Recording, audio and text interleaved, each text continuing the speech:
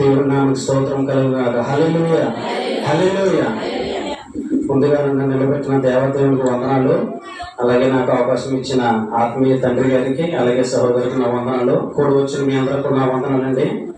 ఈరోజు మంచి శుక్రవారం నాడు మనము అందరము కూడా ఈ రీతిగా కూడి ఆయన శిలువలో పలికిన 7 మాటలను జ్ఞాపకం చేసుకోవడానికి దేవుడు మనందరికి ఇచ్చిన చక్కని సమయాన్ని బట్టి ఆయనకి లెక్కలేని వందనములు స్తోత్రములు చెల్లించుకుంటున్నాను. శిలువలో పలికిన మొదటి మాటగా కొన్ని మాటలు మాట్లాడాలనుకుంటున్నాను. అయితే తండ్రి వీరేమి చేయుచున్నారో వీరెవరు కనుక వీరిని క్షమించమని చెప్పాను. అయితే మనం ఏం చేశామని మనకి శిక్ష పడకూడదని కుమారుడు తండ్రితో విజ్ఞాపన చేస్తున్నాడు అనేది ఒకసారి మనం పరిశీలన చేసుకుందాం. అయితే యేసుక్రీస్తు ఈ రోజు సిలువ వేయబడతారని తెలిసినప్పుడు అంతకు ముందు రాత్రి గెత్సెమనే తోటలో ఆయన బహుబలముగా ప్రార్థన చేస్తుండగా ఆ యొక్క అధికారులు ఆజ్ఞాపించినట్టు ఆ సైనికులు వచ్చి యేసుక్రీస్తుని బంధించి తీసుకువెళ్ళినట్లు మనం చూస్తాం. అయితే క్షమాపణ అనేది అక్కడి నుంచే స్టార్ట్ అవుతుందండి. ఎప్పుడైతే సైనికులు యేసుక్రీస్తుని ఒక బందిపోడ దొంగలాగా పట్టుకుంటారో పేతురు తన కోపముతోటి తన దగ్గర ఉన్న కత్తిని తీసుకుని సైనికుడు ఏం చేస్తారండి, తెగ నరుకుతాడు. ఎప్పుడైతే అలా చేశాడో దేవుడికి అది ఇష్టం లేదు. యేసుక్రీస్తు వారు పేతురుని హెచ్చరించి ఆ యొక్క చెవిని తీసి అతికించినట్లు మనం చూస్తాం. అక్కడ కూడా మనం ఏంటంటే క్షమాపణ గుణం అక్కడ నుంచే స్టార్ట్ అవుతుంది. యేసుక్రీస్తుని ఎప్పుడైతే చిత్రాంశాలు పెట్టాలని చూస్తారో శత్రువులను కూడా ప్రేమించే గుణం ఆయనకి అక్కడ నుంచే స్టార్ట్ అవుతుంది. అయితే ఆయనను అక్కడ నుంచి తీసుకెళ్ళడం అధికార సమయంలో ఆ యొక్క రాత్రికాల సమయంలో ఆ యొక్క రోమా ప్రభుత్వంలో ఎవరికి కూడా చరిత్రలో ఎప్పుడు కూడా రాత్రికాల సమయంలో తీర్పు తీర్చినట్లు మనం చరిత్ర చూస్తామండి. అయితే ఒక్క యేసుక్రీస్తు వారి విషయంలో మాత్రమే రాత్రికాల సమయంలో ఈ యొక్క తీర్పు తీర్చినట్లు మనం చూస్తాం.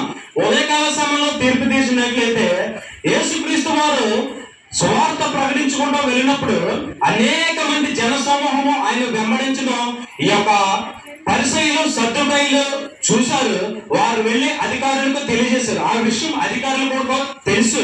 ఎప్పుడైతే ఉదయకాల సమయంలో ఈ యొక్క యేసుక్రీస్తుని మనము ఈ విధంగా పట్టుబడతామో ఈ యొక్క ప్రజలందరూ కూడా వచ్చి అధికారుల మీద ఎక్కడ తిరగబడతారన్న భయంతో అప్పటికప్పుడు యేసుక్రీస్తు ఒక బందిపోటు దొంగలాగా ఒక హంతకుడులాగా ఏం చేశారంటే రహస్యంగా ప్రార్థన చేస్తున్నటువంటి ఆ యేసుక్రీస్తుని వెళ్ళి వీళ్ళు బంధించి ఆయన యొద్దకు తీసుకొచ్చినట్లు మనం చూస్తాం. అలాగే ఆ యొక్క రాత్రికాల సమయంలో ఇంచుమించు 12 గంటల పాటు ఆయనని చాలా చిత్రహింసలు చేశారు. ఈ యొక్క హేరోదు పిలాతు దగ్గరికి ఒకరి దగ్గరికి తీసుకెళ్లిన తర్వాత ఈ యొక్క నేరారోపణ చేస్తున్న వాళ్ళు యేసుక్రీస్తు చెప్పినప్పుడు ఆ యొక్క రాజు కూడా యేసుక్రీస్తుని కొన్ని ప్రశ్నలు అడిగినట్టు మనం చూస్తాం. ఆయన ప్రశ్నలు అడిగినప్పుడు నువ్వు యూదులకు రాజువా అన్నట్టు అని ఆ యొక్క రాజులు అడిగినప్పుడు అవును నీవు అన్నట్టే, అంతకు మించి ఆయన ఏ సమాధానం చెప్పినట్లు కూడా మనం అక్కడ చూస్తాం. అయితే దానికే వారు రాజు న్యాయ అన్యాయాలను పరిశీలించి న్యాయస్థానం ఎదుట ఒక ఇతడు అన్యాయం చేశాడని తెలిసినప్పుడు మాత్రమే అతనికి శిక్ష విధించాలి. అయితే యేసుక్రీస్తు వారు పలికిన ఆ మాటలలో వారికి ఏ దోషము కనపడలేదు. అందువల్ల ఇతని యందు నాకు దోషం కనపడలేదు. పేతురు పిలాతు దగ్గరికి, పిలాతు హేరోదు దగ్గరికి పంపడము 2-3 సార్లు ఇంచుమించు 6 సార్లు జరిగినట్లు మనం చూస్తాం. అయితే పేతురు దగ్గరికి రమ్మన్నప్పటికీ ఒక అడిగిన అతడు యూదులకు రాజు నీవు అన్నట్లే అనేది జరుగుతుంది. అయితే అతని భార్యకి రాత్రికాల ముందు స్వప్న ముందు దేవుడు ఒక మాటను ఆవిడికి తెలియజేస్తాడు. ఆ నీతిమంతుడి జోలికి నీవు పోవద్దన్నప్పుడు ఒక పరిచారకుడు ద్వారా తన భార్య ద్వారా వచ్చినప్పుడు ఆ యొక్క రాజుకి ఆ విషయం తెలియజేస్తాడు. ఆయన నీతిమంతుడు, ఆయన జోలికి మాత్రం నీవు పోకూడదన్నప్పుడు ప్రజలను మళ్ళీ అడిగినాడు. ఇతను మరణ శిక్షణకి పాత్రుడు అవడానికి అతను ఏ పాపం చేశాడని అడిగినప్పుడు అదైతే మాకు తెలియదు, అతను యూదుల రాజు అని ఈ యొక్క తన రాజ్యాన్ని స్థాపించడానికి ఈ యొక్క ప్రేరేపణ ప్రజలను ప్రేరేపిస్తున్నాడు, రెచ్చగొడుతున్నాడు అని చెప్పి అతను సిలువేయమన్నప్పుడు నాకైతే అతను ఎందుకు ఏ దోషం కనపడలేదు అని ఒక పాత్రను తీసుకొచ్చి తన చేతులు కడుక్కొని ఈ ఎందుకు నాకు దోషము కనపడలేదు, నాకు ఏ విధమైన సంబంధం లేదు అని పిలాతు మళ్ళీ హేరోదు దగ్గరికి పంపించినట్లు మనం చూస్తాం. అయితే ఈ విధంగా ఒకరి దగ్గరకు ఒకరు పంపుతున్నప్పుడు వాళ్ళు ఆయన యందు ఏ దోషమును వారు కొనుక్కొనలేకపోయారు. అయితే ఆ యొక్క సిలువ వేయమని ఆయన అంటున్న ప్రజలు మరీ ఎక్కువగా కేకలు వేస్తున్నప్పుడు చేతులు కడిగిన ఆ పిలాతే ఆయనను సిలువేయమని చెప్పినట్లు మనం చూస్తాం. అయితే ఆ రాత్రికాల సమయం అండి ఆయనను సిలువ వేయడానికి కొరడాలతో కొట్టడం భయంకరంగా ఆ యొక్క చేరుని నాగల చారతో దున్నినట్టు ఆయన యొక్క దేహం కూడా భయంకరమైన గాయాలు, ఆ యొక్క తలలో ముళ్ళ కిరీటము భయంకరమైన పెద్ద పెద్ద ముళ్ళతో ఆయన కూర్చున్నట్లు మనం చూస్తాం. ఉదయకాల సమయంలో ఆయనను భారభరితమైన ఇంచుమించుగా 80 కేజీలు ఉంటుంది పచ్చి మ్రాను ఆ యొక్క మోయలేనటువంటి ఆ శిలువను ఆయన భుజమే వేసుకుని యెరూషలేము వీధుల గుండా ఒక విషయం మీకు గుర్తు చేస్తాం. లాస్ట్ సండే మనం ఏం చేసుకున్నామండి? మట్లాదివారం నాడు యేసుక్రీస్తుని గాడి మీద ఊరేగించి దావీదు తనయ హోసన్న, యూదుల రాజా హోసన్న అని పలికిన వారు ఎవరండి? యోధా జనాంగము. ఏ జనులైతే ఆయనకు హోసన్నా జయమని పాడారో అదే జనము ఆ యొక్క ఈ టైం అమ్మేటప్పటికి యేసును సిలువేయండి అని కేకలు వేస్తున్నారు. చూసారండి, మనుషుల రూపం ఏ విధంగా ఉంటుంది, అప్పటికప్పుడు వాళ్ళ స్వభావం మారిపోతుంది. యేసుక్రీస్తు వారు కూడా అలా అన్న మాటలకి ఏమి కూడా ప్రత్యుత్తరం ఇవ్వలేదు. ఏ నోట్లో ఒక రోజు మనుషులు నిన్ను హెచ్చిస్తారు, సమయం వచ్చినప్పుడు అదే నోటితో నిన్ను దిగజారుస్తారు, అవసరమైతే నిన్ను ఇబ్బందులు పడతా కూడా చూస్తారు. ఇక్కడ కూడా అదే జరిగిందండి. ఒక వారం గ్యాప్ లో యేసుక్రీస్తుని రైజ్ చేసిన వాళ్ళు అప్పటిదాకా ఉండి ఎప్పుడైతే ఈ యొక్క పిలాతు రాజుల దగ్గర తిప్పడం జరిగిందో అప్పటి నుంచి ఆయన్ని క్రిటిసైజ్ చేయడం, నిందించడం, అవమానించడం, సిలువ వేయమనడం జరిగింది. అయితే యేసుక్రీస్తుని సిలువ వేయడం, తండ్రి వీరేం చేస్తున్నారో వీరు ఎరుగుడు అని చెప్పడం, ఆ యొక్క భయంకరమైన పొరవాటి మేకలతో ఆయనని సిలువ వేయడం, సిలువ మీద నుండి ఆయన పలుకుతున్న మొట్టమొదటి మాట తండ్రి వీరేమి చేస్తున్నారో వీరు ఎరుగు కనుక వీరిని క్షమించమని చెప్పారు కదా. ఇవన్నీ యేసుక్రీస్తుని చిత్రహింసం చేయడం వీరికి తెలియదంటారా? చెప్పాలండి.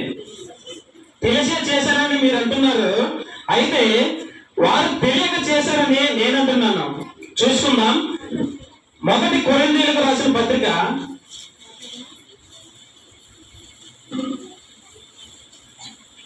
2వ అధ్యాయం 7-8 వచనాలు ఈ విధంగా ఉన్నది.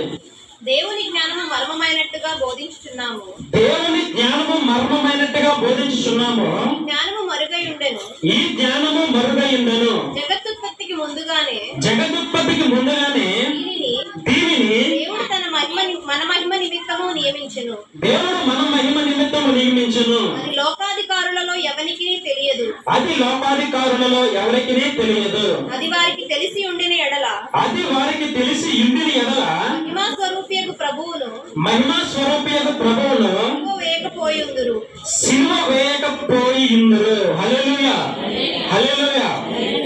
ఇక అపోస్తలుడైన పౌలు గారు కొరింథీ సంఘానికి, అనగా అప్పటి కొరింథీ సంఘానికి ఇప్పుడు కూడా మనకు కూడా వ్రాయబడిన సంగతి ఏమంటే దేవుని జ్ఞానము మర్మమైనట్టుగా బోధించుచున్నాడు. దేవుడు ఒక కార్యం చేయించున్నాడంటే అది రాబోయే తరాలకు కూడా దేవుని సేవలకు బయలుపరుస్తూ ఉంటాడు. అది సందర్భం వచ్చినప్పుడు మాత్రమే బయటపడుతూ ఉంటది. అయితే దేవుని జ్ఞానము మర్మమంట. ఈ యొక్క మర్మాలు బైబిల్లో చాలా ఉన్నాయి. ఇందులో కూడా ఇది ఒకటే. ఎప్పుడు జగత్తు పునాది వేయబడక ముందే, అంటే భూమి ఆకాశము మనిషి పుట్టింపబడక ముందే దేవుడు తన కుమారుని ఈ భూమి మీదకి పంపించి ఆ యొక్క మనుషుల చేత దూషింపబడి ఆ యొక్క శిలువ మరణము పొందుతారని ఈ యొక్క భూమి జగత్తు పునాది పుట్టక మనుపే ఈ యొక్క రాసినట్లు మనం ఇక్కడ చూస్తాం. దేవుని జ్ఞానము మర్మమై ఉన్నట్టు. హల్లెలూయా, హల్లెలూయా. ఇది జరగాలని దేవుని చిత్తము. వాళ్ళు హేరోదు రాజు గాని ఆ యోధ జనాంగాన్ని అనుకుంటే జరగలేదు. దేవుడు ఇలా జరగాలని రాసి పెట్టాడు, మర్మముగా బయలుపరచాడు. కాబట్టి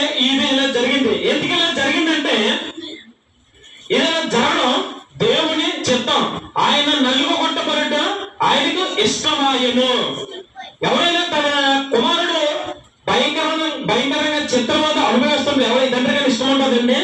ఇష్టం ఉండదు. ఇక్కడ తండ్రి అయిన దేవుడు ఇష్టపడుతున్నాడు. ఎందుకంటే పాపములో ఆ యొక్క జిగట ఊపిలో ఉన్న నిన్ను నన్ను లేవనెత్తి రక్షణ అనే కిరీటాన్ని నువ్వు నేను పొందుకోవాలని తన ప్రియ కుమారుడైన యేసుక్రీస్తుని నలగగొట్టబడడానికి ఆయన ఇష్టడాయను. హల్లెలూయా, హల్లెలూయా.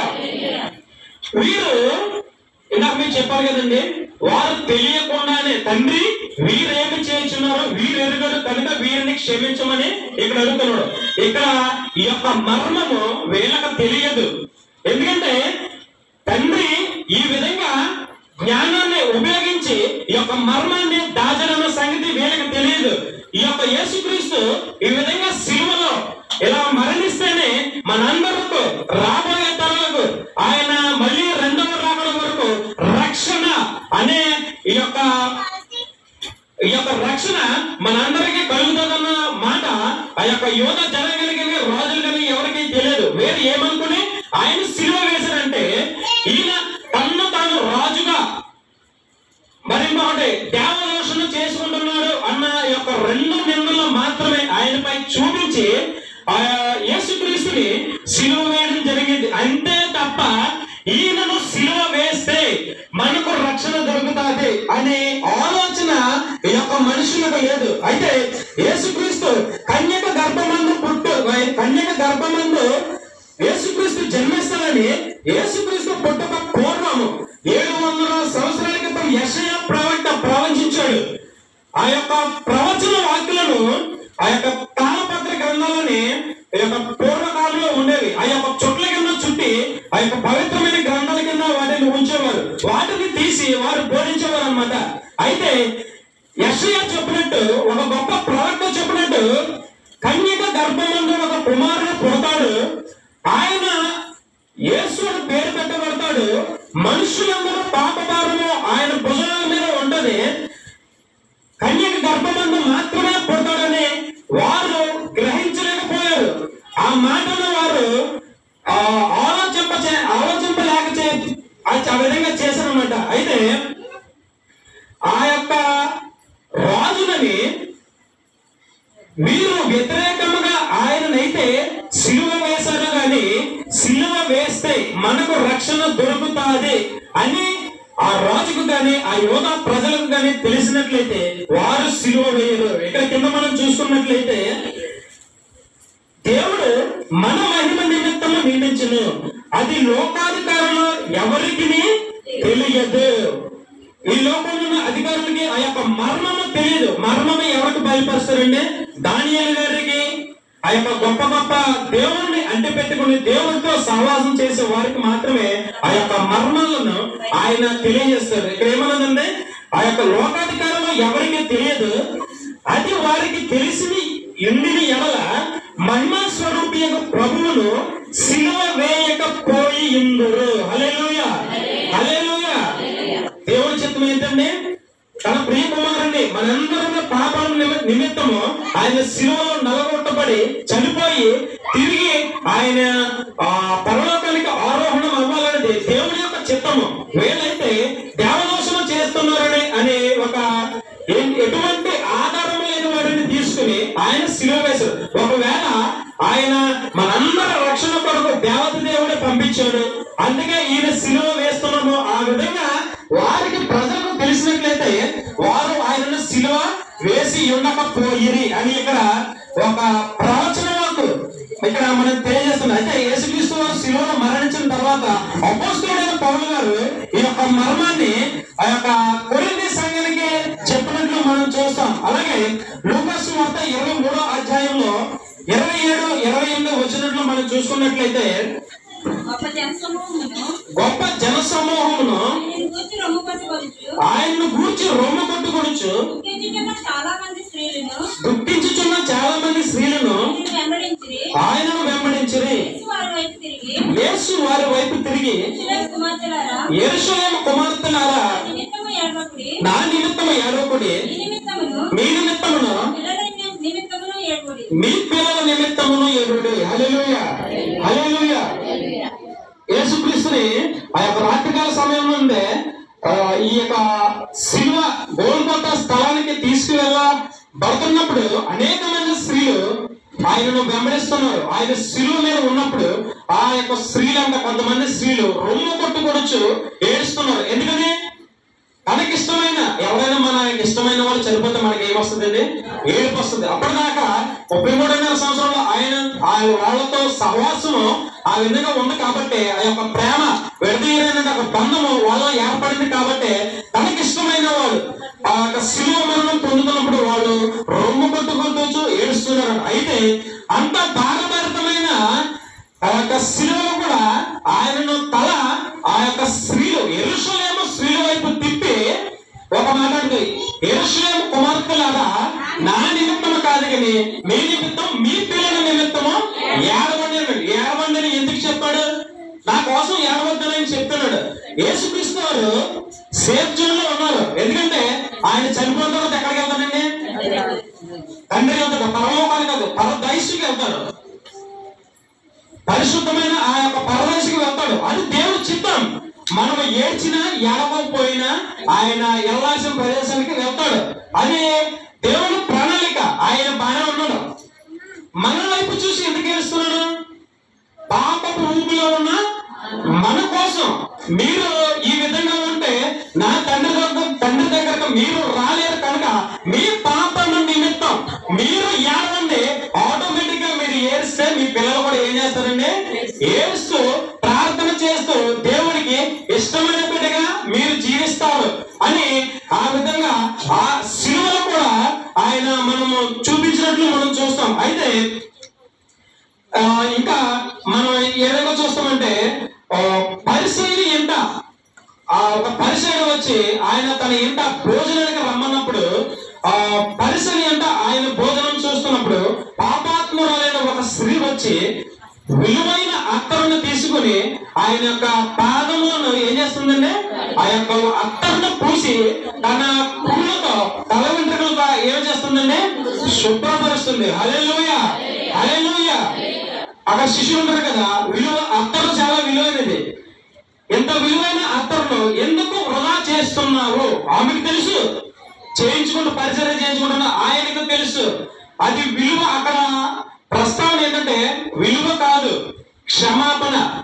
ఆ పాపాత్మురాలైన స్త్రీ తన పాపంలో పోగొట్టుకోవడానికి ఎక్కడికి వెళ్ళాలా అని ఎంతకాలం నుంచి ఎదురు చూసిందో నాకైతే తెలియదు. కానీ వెళ్ళాల్సిన టైం వచ్చేసింది. నేను ఎవరి దగ్గరికి అయితే వెళ్తే క్షమాపణ నాకు దొరుకుతాదో అని గ్రహించుకుందో వాళ్ళందరూ ఏమనుకుంటారో అనుకోలేదండి. వచ్చేసిందంటే యేసుక్రీస్తు యొక్క పాదాల మీద పడి ఆ యొక్క అత్తరును పూసి ఆ తల వెంట్రుకలతో తుడిచినట్లు మనం చూస్తాం. మామూలుగా మన కళ్ళతో చూసినట్లయితే అది ఏమనిపిస్తుందండి? ఏమిటికి పిచ్చి కింద ఎలా చేస్తుందని మన లోకానుసారమైన హృదయంతో మన మీద ఆలోచిస్తాం. అయితే హృదయానుసారంగా చూసిన దేవాది దేవుడి కుమారుడు యేసుక్రీస్తు ఏమన్నాడండి? అమ్మా, నీ విస్తారముగా పాపములు చేసి ఉన్నావు కనుక నీ పాపములు క్షమించబడి ఉన్నవని ఆమెతో చెప్పినట్లు మనం చూస్తాం. క్షమాపణ అనేది చాలా భయంకరమైన ఓడండి. మనము ఇతరులను క్షమించడం అంటే ఒక సాధారణమైన పదమ కాదు. చాలా దానికి గట్స్ కావాలి, ధైర్యం కావాలి. ఆ యొక్క ధైర్యము యొక్క యేసుక్రీస్తు వారు అక్కడ ప్రదర్శించినట్లు మనం చూస్తాం. అలాగే మరొకసారి వ్యభిచారమందు పట్టబడిన స్త్రీ తన వ్యభిచారమందు పట్టబడిన ఒక స్త్రీని పరిసయ్యులు సద్దుకయ్యులు ఈడ్చుకుని వచ్చి ఎవరి దగ్గరికి? యేసుక్రీస్తు దగ్గరికి ఈడ్చుకుని వచ్చి అలాగా గెంటి వేసినప్పుడు అక్కడ ఆమె పడిపోస్తుంది. ఎప్పుడైతే తలకు రాయ ఆమె తీసుకుని కొట్టి చంపేద్దామని వచ్చారు. రాళ్ళతో ఎందుకు కొడతారు? మోసే నియమించిన ధర్మశాస్త్రం ప్రకారము ఎవరైనా వ్యభిచారమందు పట్టబడిన స్త్రీని రాళ్ళతో కొట్టి చంపివేయాలని ఒక శాసనం ఉన్నది. శాసనం ఎవరిచ్చారు? మోషే గారి ద్వారా ఆ శాసనం వచ్చింది. తండ్రి అయిన దేవుడు మోషేకి ఆజ్ఞాపిస్తే మోషే ఆ శాసనాన్ని ఇశ్రాయేలు జనాంగం కాడి నుంచి కూడా ఆ యొక్క శాసనం అమలవుతూనే ఉంది. అయితే యేసుక్రీస్తుని ఇంకా ఏదో నేరారోపణ చేసి ఆయనని బ్లేమ్ చేయాలని ఈ యొక్క పరిసయ్యులు సద్దుకయ్యులు చూస్తూ ఆ యొక్క స్త్రీని ఆయన యొద్దకు తీసుకొచ్చి అక్కడ పడవేసి ఈమె వ్యభిచారమందు పడబడిన స్త్రీ కదా, ఈమె రాళ్ళతో కొట్టి వీడిని చంపాలా ఇంకా ఏమైనా చేయాలా, నువ్వే దీనికి తీర్పు తీర్చని ఆయనను ఎదురుగుండా ఆయన్ను ప్రశ్నించినట్టు మనం చూస్తాం. ఇక్కడ పరిశోధన శక్తికలు చాలా తెలివైనలండి. యేసుక్రీస్తు ఒకవేళ క్షమించి వదిలేస్తే ధర్మశాస్త్రానికి వ్యతిరేకంగా నేను నడుచుకుంటామని ఆయన మీద నింద వేయడానికి, ఒకవేళ క్షమాపణ లేకుండా చేస్తే నువ్వు దేవుని కుమారుని చెప్పుకున్నావు కదా, ఇతరులను హింసించడానికి నువ్వు దేవుని కుమారుడికి ఎలాగవుతావని రెండు విధాలుగా రెండు పడవ మీద కాలు వేస్తున్నట్లు వారు యేసుక్రీస్తుని తికమక పెట్టి ఆ యొక్క బ్లేమ్ చేయాలని వారు వచ్చారు. అయితే యేసుక్రీస్తు వారు ఏమీ మాట్లాడలేదండి. ఆ యొక్క స్త్రీని అక్కడ పెట్టినట్లు అక్కడ కూర్చున్నప్పుడు యేసుక్రీస్తు వారు ఒక మాట అంటారు, మోసే ధర్మశాస్త్ర ప్రకారం నిజమే మీరన్నట్లు పాపం చేయబడిన స్త్రీని రాళ్లతో కొట్టి చంపివేయాలి. ఈ స్త్రీ పాపం చేస్తుండగా మీకు అందరికి పట్టబడింది, ఏమైనా రాళ్లతో కొట్టి చంపేయాలి, కరెక్టే. నేను కాదను, నేను ఆయన ఏంటంటే ధర్మశాస్త్రాన్ని నెరవేర్చడానికి మాత్రమే వచ్చాడు, కొట్టివేయడానికి యేసుక్రీస్తు వారు ఎంత మాత్రమునో భూమి మీదకి రాలేదు, ధర్మశాస్త్రం నెరవేర్చడానికి వచ్చాడు. కాబట్టి ఆయన ఆ యొక్క ఉన్న జనాంగంతో ఒక మాట అంటాడు కదా, మీరు పాపము చేయని వాడు మొదట ఈమె మీద రాయి వేయమని ఆ యొక్క ఆజ్ఞ వేసినట్లు వారికి చూస్తాం. అయితే చాలా మంది కొంతమంది అక్కడ రాళ్ళు వదిలేసి వెళ్ళిపోయినట్లు మనం చూస్తాం. కొంతమంది మేళాలు వచ్చి రాళ్ళు కొరలని వచ్చినప్పుడు యేసుక్రీస్తు దగ్గరకు ఎప్పుడైతే ఆయన ఎదురుగా నిలబడతారో ఆయా నిలబడ్డవాడు జీవిత చరిత్ర యేసుక్రీస్తు వారి కింద నేల మీద రాసేస్తున్నాడండి. హల్లెలూయా, హల్లెలూయా.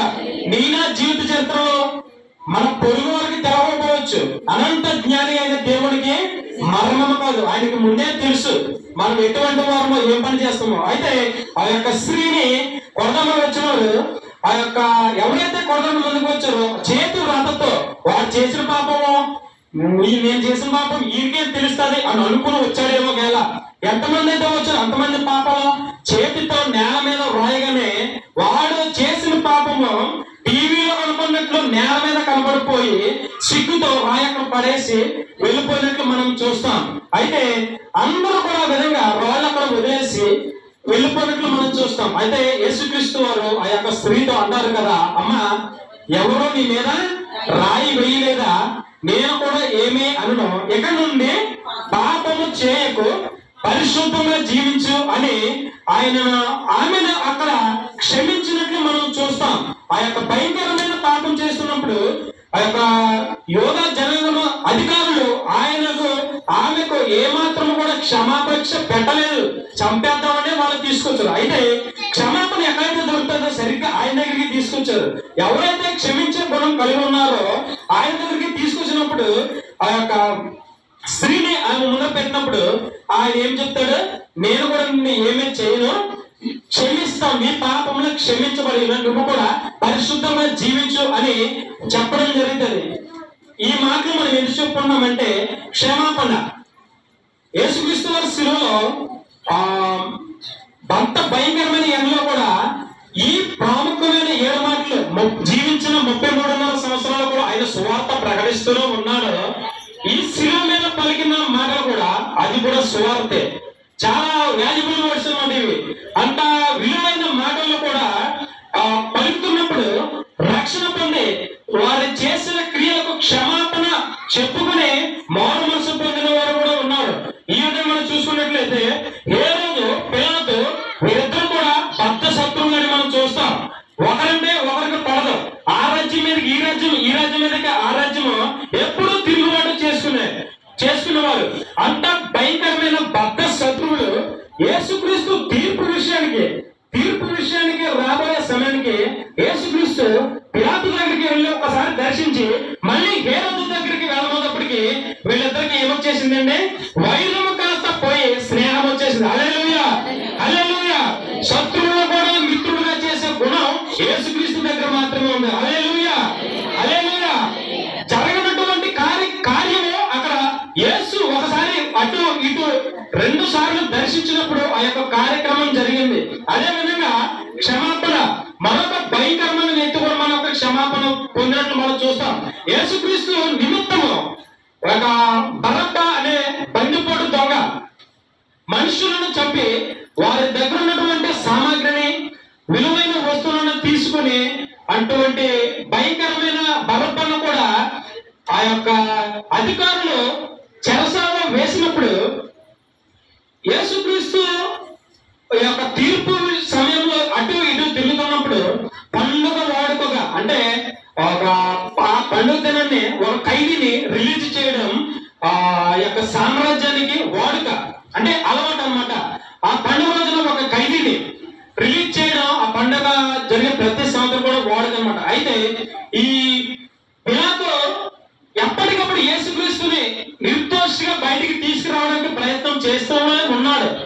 అయితే ఒక పిలాతు ఉన్నాడు కదా, బందిపోటు దొంగ, ఈ యొక్క పండుగ దినాన్ని యేసుక్రీస్తుని బయటికి తీసుకొచ్చేద్దారు అని ఒక రాజు ఆలోచించాడు. అయితే బందిపోటు దొంగను ఎవరు బయటికి తీసుకురావడానికి ఇష్టపడరు, ప్రజలు కూడా ఆ విధంగా ఇష్టపడరు కదా అని ఈ యొక్క రాజు పండుగ దినం కదా, మీకు యేసుక్రీస్తుని రిలీజ్ చేయాలా, బందిపోటుని దొంగను రిలీజ్ చేయాలని అన్నప్పుడు వారు ఏ విధంగా కేకలు చేశారండి, మాకు బందిపోటు దొంగే కావాలి, బరబ్బాను విడుదల చేయండి, బరబ్బాను విడుదల చేయండి, యేసుని సిలువ వేయండి అని ఇక్కడ కేకలు వేసినట్లు మనం చూస్తాం.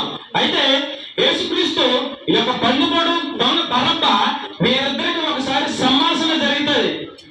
యేసుక్రీస్తు సువార్త ప్రకటిస్తూ వెళ్ళినప్పుడు అనేకమైన జనాంగం యేసుక్రీస్తు వెంబడిస్తున్నప్పుడు ఆయన సూచక్రియలు, అద్భుత కార్యాలు, మహత్కార్యములు చూసి అనేక మంది ఆయన ఎందుకు విశ్వాసం ఉంచి ఆయనను వెంబడించేవారు. అయితే ఇదంతా ఎవరు చూశారండి, బరబ్బా చూసి యేసుక్రీస్తు దగ్గరికి వెళ్ళి, నువ్వు రాజుగా ఉండు, నీ వెనకాల నేను ఉంటాను, నువ్వు ఒక పార్టీ పెట్టు, ఆ పార్టీకి అధికారిగా నువ్వే ఉండు, నీ వెనకాల ఉండు, నేను ఉండు కూడా, మన ఇద్దరు ఏం చేద్దారండి ఈ పార్టీని నడిపెద్దామని చెప్పినప్పుడు యేసుక్రీస్తు వారు ఏమన్నారండి, నా రాజ్యం ఈ లోక సంబంధమైనది కాదు, వేరే రాజ్యం ఉంది నాకు, ఈ లోక సంబంధమైనది రాజ్యం నాది కాదు అంటే, అవసరమైతే ఒకవేళ నీ కోసం నేను ప్రాణం పెడతానండి, సిలువకి వెళ్ళక ముందే యేసుక్రీస్తు బరబ్బతో హామీ ఇచ్చినట్లు మనం చూస్తాం. హల్లెలూయా, హల్లెలూయా.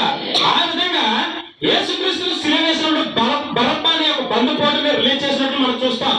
బరబ్బాను విడుదల చేసి తను వెళ్ళిపోతున్నాడు. అయితే యేసుక్రీస్తు వారు సిలువలో ఉన్నప్పుడు ఆ యొక్క భయంకరమైన వేదనను అనుభవిస్తున్నప్పుడు యేసుక్రీస్తు వారు పలుకుతున్న ఈ యొక్క మాటలను, ఆయన భయంకరమైన వేదన పడుతున్నప్పుడు, ఆయన చనిపోయే టయానికి ప్రకృతిలో అనేకమైన అలజడులు జరిగినప్పుడు ఈ అలజడులన్నీ ఎవరు గ్రహించారంటే, బందిపోటీ అయిన బరబ్బా గ్రహించాడు. హల్లెలూయా, హల్లెలూయా.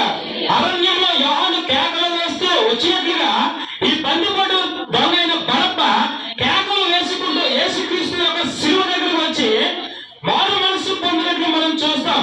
ఆ యొక్క మారు మనసు పొందడమే కాకుండా రక్షణ అతనికి లభించిందని మనము గ్రహిస్తాం. అప్పటి వరకు యేసుక్రీస్తు తనతో సంభాషించిన ఆ యొక్క సంభాషణను జ్ఞాపకం చేసుకుని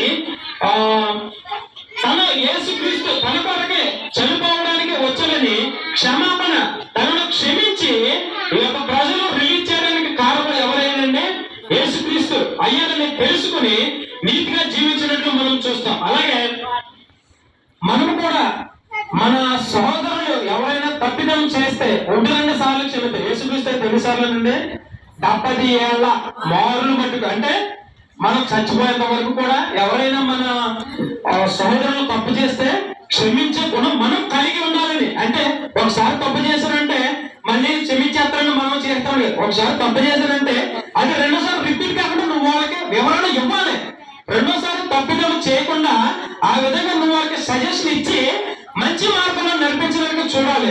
అంటే యేసుక్రీస్తు 70 సంవత్సరాలు క్షమించమన్నారు కదని మనం జీవితాంతం తప్పులు చేస్తూ ఉంటే ఎక్కడికి వెళ్తామండి, అగ్ని ఆరాధన గురువు చావని ప్రదేశానికి మనమైతే వెళ్ళిపోతాము. ఆ ప్రదేశంలో మనం వెళ్ళకూడదని యెరూషలేము కుమార్తెలారా, నా నిమిత్తము కాదు మీ నిమిత్తము, మీ పిల్లల నిమిత్తము ఏడవండి, క్షమాపణ పొందుకోండి, నా తండ్రి సింహాసనం ముందు మీరందరూ ఆశీర్వాదాలు కావాలని నేను పిలుచున్నాను, నేను వెళ్ళి మీ కొరకు స్థలం సిద్ధపరచడానికి వెళ్తున్నానని చెప్పి ఆ యొక్క క్షమాపణ అనే పదాన్ని ఆ యొక్క భయంకరమైన ఎండలో చనిపోతామని తెలిసి కూడా క్షమాపణ అనే యొక్క పదాన్ని మరింత విలువ తెచ్చేలాగా యేసుక్రీస్తు వారు ఆ శిలువలో చూపించడం మనం చూస్తాం. అలాగే మనము పొరుగువారి విషయంలో కూడా ఆ విధమైన